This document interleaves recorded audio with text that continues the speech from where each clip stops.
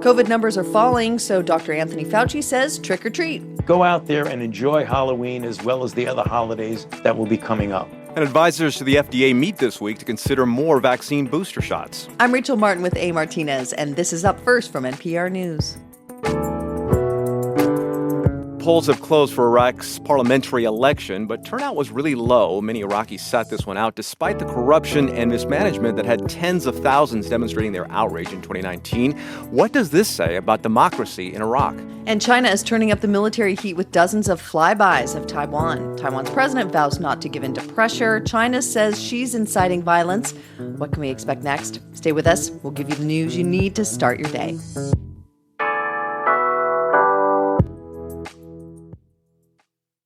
This message comes from NPR sponsor Jobs Ohio. Dreaming of a place where a lunch break actually feels like a break? Ohio's business-friendly climate and people-friendly quality of life make it an ideal environment for new and growing businesses to thrive. So whether you're thinking Cleveland, Columbus, or Cincinnati, imagine what you could create when you move your business somewhere with plenty of space to spread out and plenty of resources to tap. Visit ohioisforleaders.com to learn more about why Ohio's next great success story should be you. It is expected to be a big week for COVID vaccines and boosters. Yeah, that's because FDA advisors have been reviewing new data about safety and immunity, and they're scheduled to meet to discuss booster shots for the Moderna and Johnson & Johnson vaccines. And with new cases dropping, Americans are also trying to figure out what's safe to do for the coming holidays and also what isn't. NPR's Allison Aubrey is here with details. Hey, Allison. Good morning, Rachel. So, seems like we are headed in the right direction when it comes to COVID numbers. What's the big picture here? Yeah, well, new cases are down to about 93,000 per day. That is more than a 40% drop since September 1st. Deaths are averaging about 1,400 a day, so still a lot of deaths, but they are declining too. And given the current trends, Dr. Anthony Fauci told CNN, many people should be able to enjoy the holidays coming up, starting with Halloween and kids trick-or-treating. You're outdoors for the most part. I mean, this is a time that children love. So, I mean, particularly if you're vaccinated. If you're not vaccinated, think about it, that you'll add an extra degree of protection to yourself and your children and your family. But go out there and enjoy Halloween as well as the other holidays that will be coming up. But he did add people should not prematurely declare victory over COVID. He says with more than 60 million people who are eligible but have not yet gotten vaccinated, cases could bounce back. So important to remain cautious. Yes, important to remain cautious. But man, my kids are going to be very happy with that news. Yes, absolutely. So meanwhile, there's still this big federal push to get people vaccinated. Millions of folks are eligible for a booster shot. So explain what's expected on boosters this week. Well, remember, the only people that are eligible for a booster now are those who got the Pfizer vaccine. But this week, a panel of advisors to the FDA is scheduled to meet on Thursday and Friday. They will deliberate on booster shots of the Moderna vaccine, also Johnson & Johnson. As of now, a booster is recommended for people 65 and up and those at higher risk due to underlying conditions or exposure to the virus.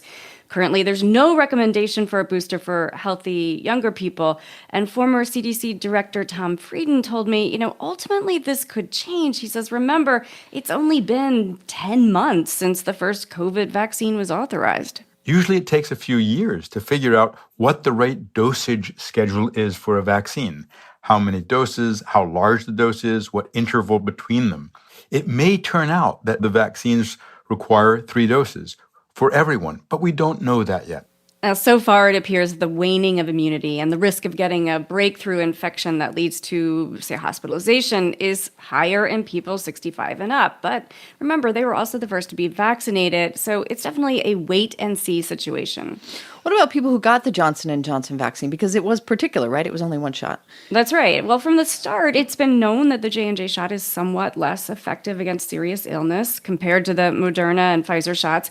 The effectiveness of the Johnson & Johnson vaccine against hospitalizations has dropped down to about 70% or so. And some doctors say they've seen this in all age groups, not just older people. So it is possible that this week the advisors would recommend another dose of J&J to a broader group. Here's Dr. Frieden again. The data that came out recently from Johnson & Johnson was quite encouraging about a second dose. That bumped what was already a good vaccine to become really an excellent protective vaccine. So I anticipate that a second dose of the J&J vaccine will be approved. And this could happen fairly quickly after the advisors meet, and the CDC is expected to weigh in with a recommendation next week, Rachel. All right, NPR's Allison Aubrey, thank you. Thank you.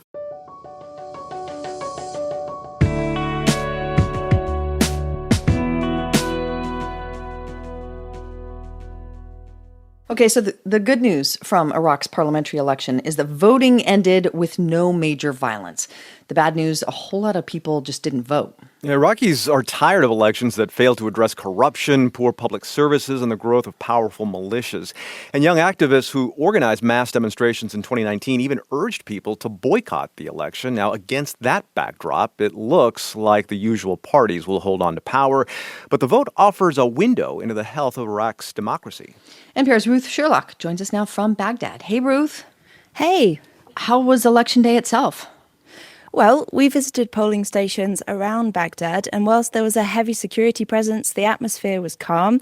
Many voters had dressed in their best, and some brought families with them, like Hashim Mouthawi. He was there with his little granddaughter. She was far too young to vote, but the polling station staff had let her stick her finger in the ink, just like the adults, so that she felt included.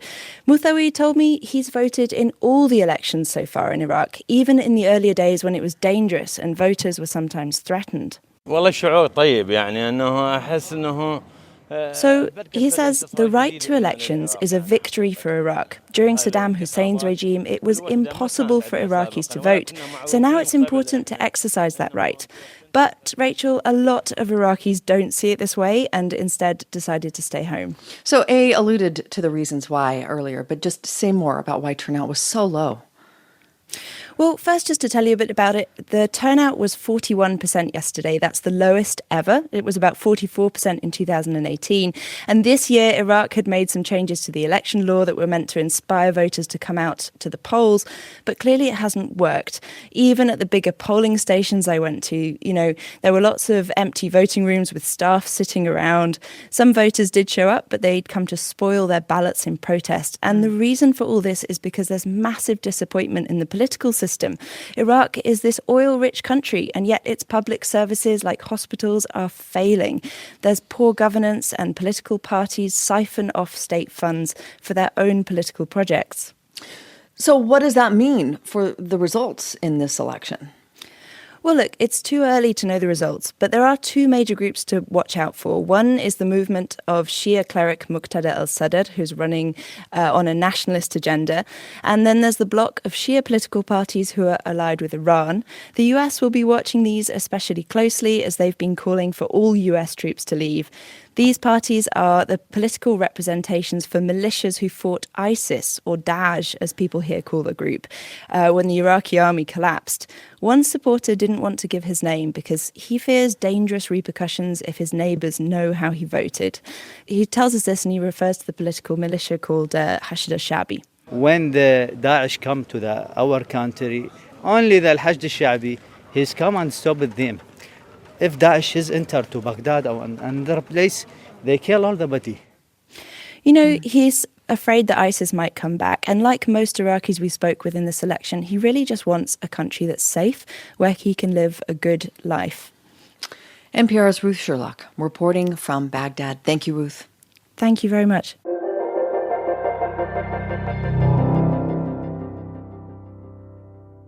All right, Taiwan's president is defiant. Tsai Ing-wen says Taipei will not bow to pressure from Beijing to reunify with China.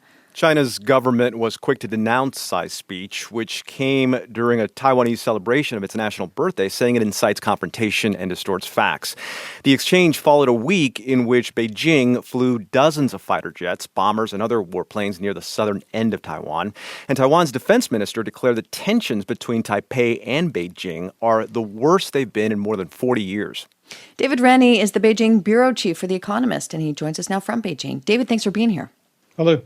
Explain the timing of all this, if you could. Why is this happening now? So both sides were using history to send messages. So it's the 110th anniversary of a revolution that overthrew China's last emperor. And despite their very different political systems, the government in Beijing and the government on Taiwan both claim to be the inheritors of that long ago revolution. So we saw the Chinese Supreme Leader Xi Jinping give a speech marking that anniversary, saying, this is our shared history. The two sides must be reunified. Taiwan is part of China, and history will not forgive any Chinese citizen who splits these two. Tsai Ing-wen, the president of Taiwan, she wanted to talk about the present and the future, and it was very much a message aimed at her allies, above all America. She was saying what matters is not our history, but that we're a democracy, we're a friend of the West, and we are on democracy's front line in a kind of global contest with autocracy. So is this reflected, though, David, of the usual kind of ebb and flow of this precarious relationship between China and Taiwan, or does it signify something different? It is different. Here in Beijing, talking to Chinese but also foreigners, there's a real sense of anxiety because the thing that we all try and guess is what is inside Xi Jinping's head. Does he feel that he can successfully invade and take Taiwan? And does he feel that he must because it's somehow drifting away and this is his historical mission? And so, you had in the news report, they've been flying a lot of warplanes around Taiwan, not over Taiwan. And that is China showing that it feels very strong, but also intensely suspicious of America's intentions. It looks at America signing new alliances with people like the Australians and the British. It sees the Japanese getting more interested in Taiwan's defense. And all of those planes are a signal to Taiwan, to its people. If you elect a government we don't like, there'll be trouble for you. But it's also a message to Japan, to America, to those other allies saying, this is the sort of war that you would be joining if you did come to Taiwan's defense. But I guess I don't get what the point is from China's perspective. Besides sending a message, does China actually expect Taiwan to say, hey, you flew these military aircraft next to us and now we hand our country to you? It's a very depressing point. So they're doing two things. They're trying to normalize the idea of Chinese military planes flying all around Taiwan all of the time, to just nibble away at the idea that Taiwan is capable of being a kind of separate place that isn't under China's control. And they're also sending a signal that they've given up on Taiwanese hearts and minds wanting to do this the nice way, wanting to be part of China. This is about saying, we're willing to just frighten you into behaving how we want. What's the next step in this, David?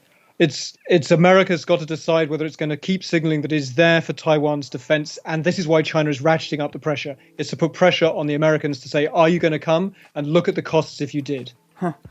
David Rennie is the Beijing bureau chief for The Economist. He joined us on Skype. David, we always appreciate your reporting and perspective. Thank you. Thank you.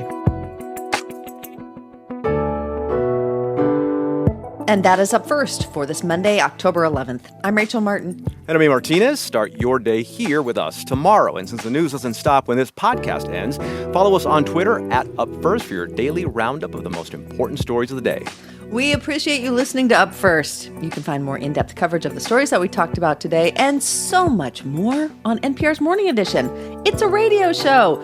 A hosts it with me, Noel King, and Steve Inskeep. You can find Morning Edition and your NPR station at stations.npr.org.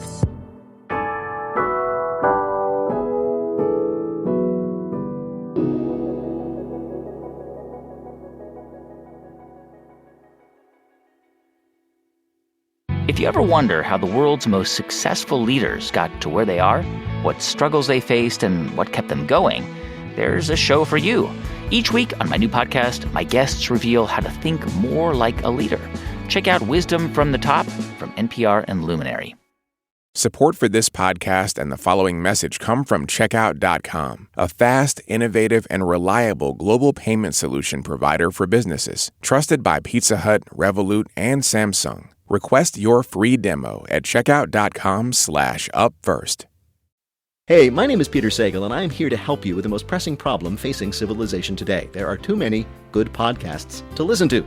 Now, why not avoid that whole problem by listening to an extremely silly podcast hosted by me?